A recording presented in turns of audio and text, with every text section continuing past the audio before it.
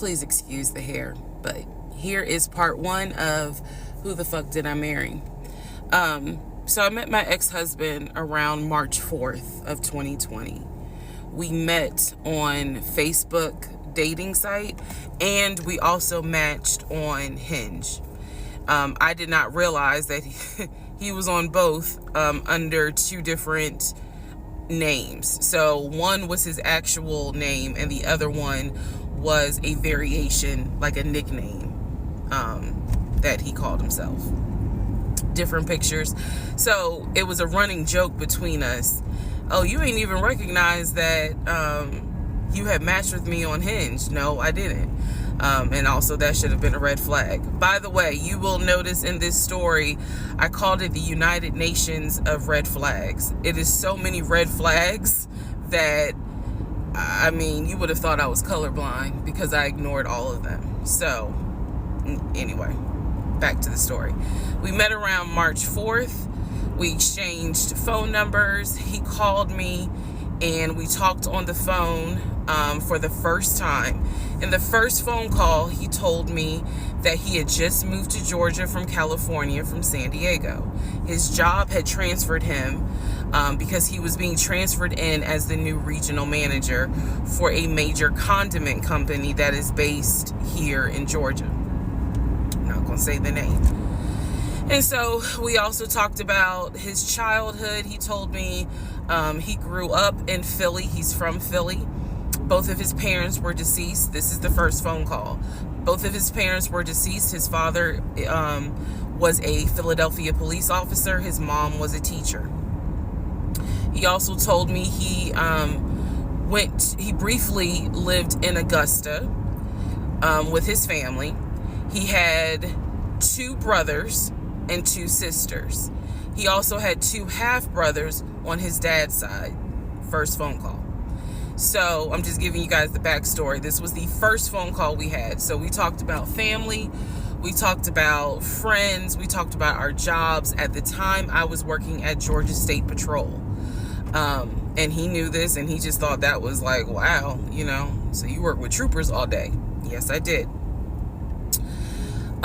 Also in that phone call, he explained to me that he used to play football. He explained that he used to play arena football. I know nothing about arena football. I know about NFL. I know about college. Go Dogs. But I don't know anything about arena football. So he explained to me that he used to play arena football. He used to work at Apple in the off season of arena football. And I remember thinking on that phone call, oh, okay, you know, like, good for you. I don't know anything about arena football. And I believe I did tell him that. I don't know anything about arena football. That'll come into play later on. So he told me, you know, I just moved here. My job is paying for my housing and they're helping me to look for a house. He was like, right now I'm in Gwinnett County, but I'm trying to look for a house. Ideally in Atlanta, like Brookhaven, Sandy Springs. He was like, I really would like to move out there. And so I thought, you know, that's great. You know, you're looking to get a house. You just moved here. He was like, I don't really know too many people here because I spend all my time at work and, you know, this job is really demanding. So that was our first phone call. We talked more. He talked a lot, which took me by surprise because I'm not really used to men talking more than me. He eventually asked me out on a date. Our first date was set for Saturday, March 7th, 2020. He asked me what was my favorite restaurant. I said Cheesecake Factory. And so we agreed to go out at the Cheesecake Factory in a location that was in between. I lived in Clayton County at the time. He lived in Gwinnett County. I realized that if you don't know anything about Metro Atlanta, that makes no sense. But basically, we lived about 45 minutes apart. So we agreed to meet at the Cheesecake Factory over at Perimeter Mall, which is in an area, Sandy Springs, Dunwoody area. I was excited. Like, I called my friends and was like, I got a date, you know, blah, blah, blah. We'll see how it goes. First conversation was good. Hopefully he looks like his pictures, because, you know, that's always an issue with online dating. Hopefully he looks like his pictures. So on my way to our date, I took 285, and literally right before I got to Boulder Crest, the exit for Boulder Crest, I heard a boom and I lost control of my car. Thank God that well, not thank God, but I knew what to do. So I did not crash, but my tire blew out.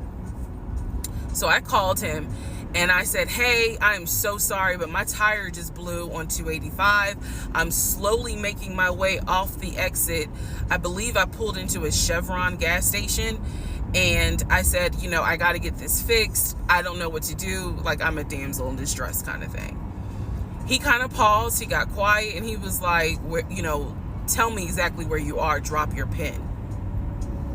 So I dropped the pin, and he came to the gas station.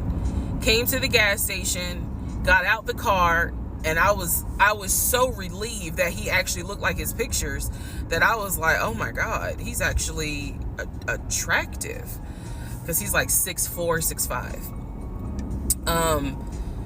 Oh, also, man, I apologize. So let me go back to the first conversation. Let me add something.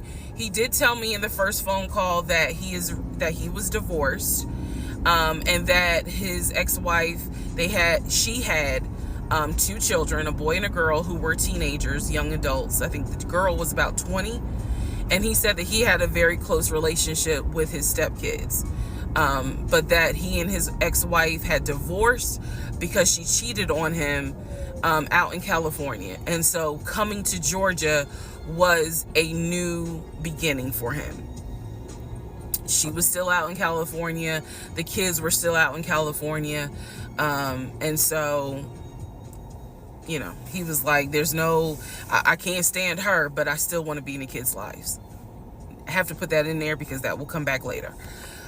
So this is just setting the stage. Again, that first conversation we talked about family, job, friends, how he ended up in Georgia, me being in Georgia, the things that, you know, I would think people talk about in the first conversation.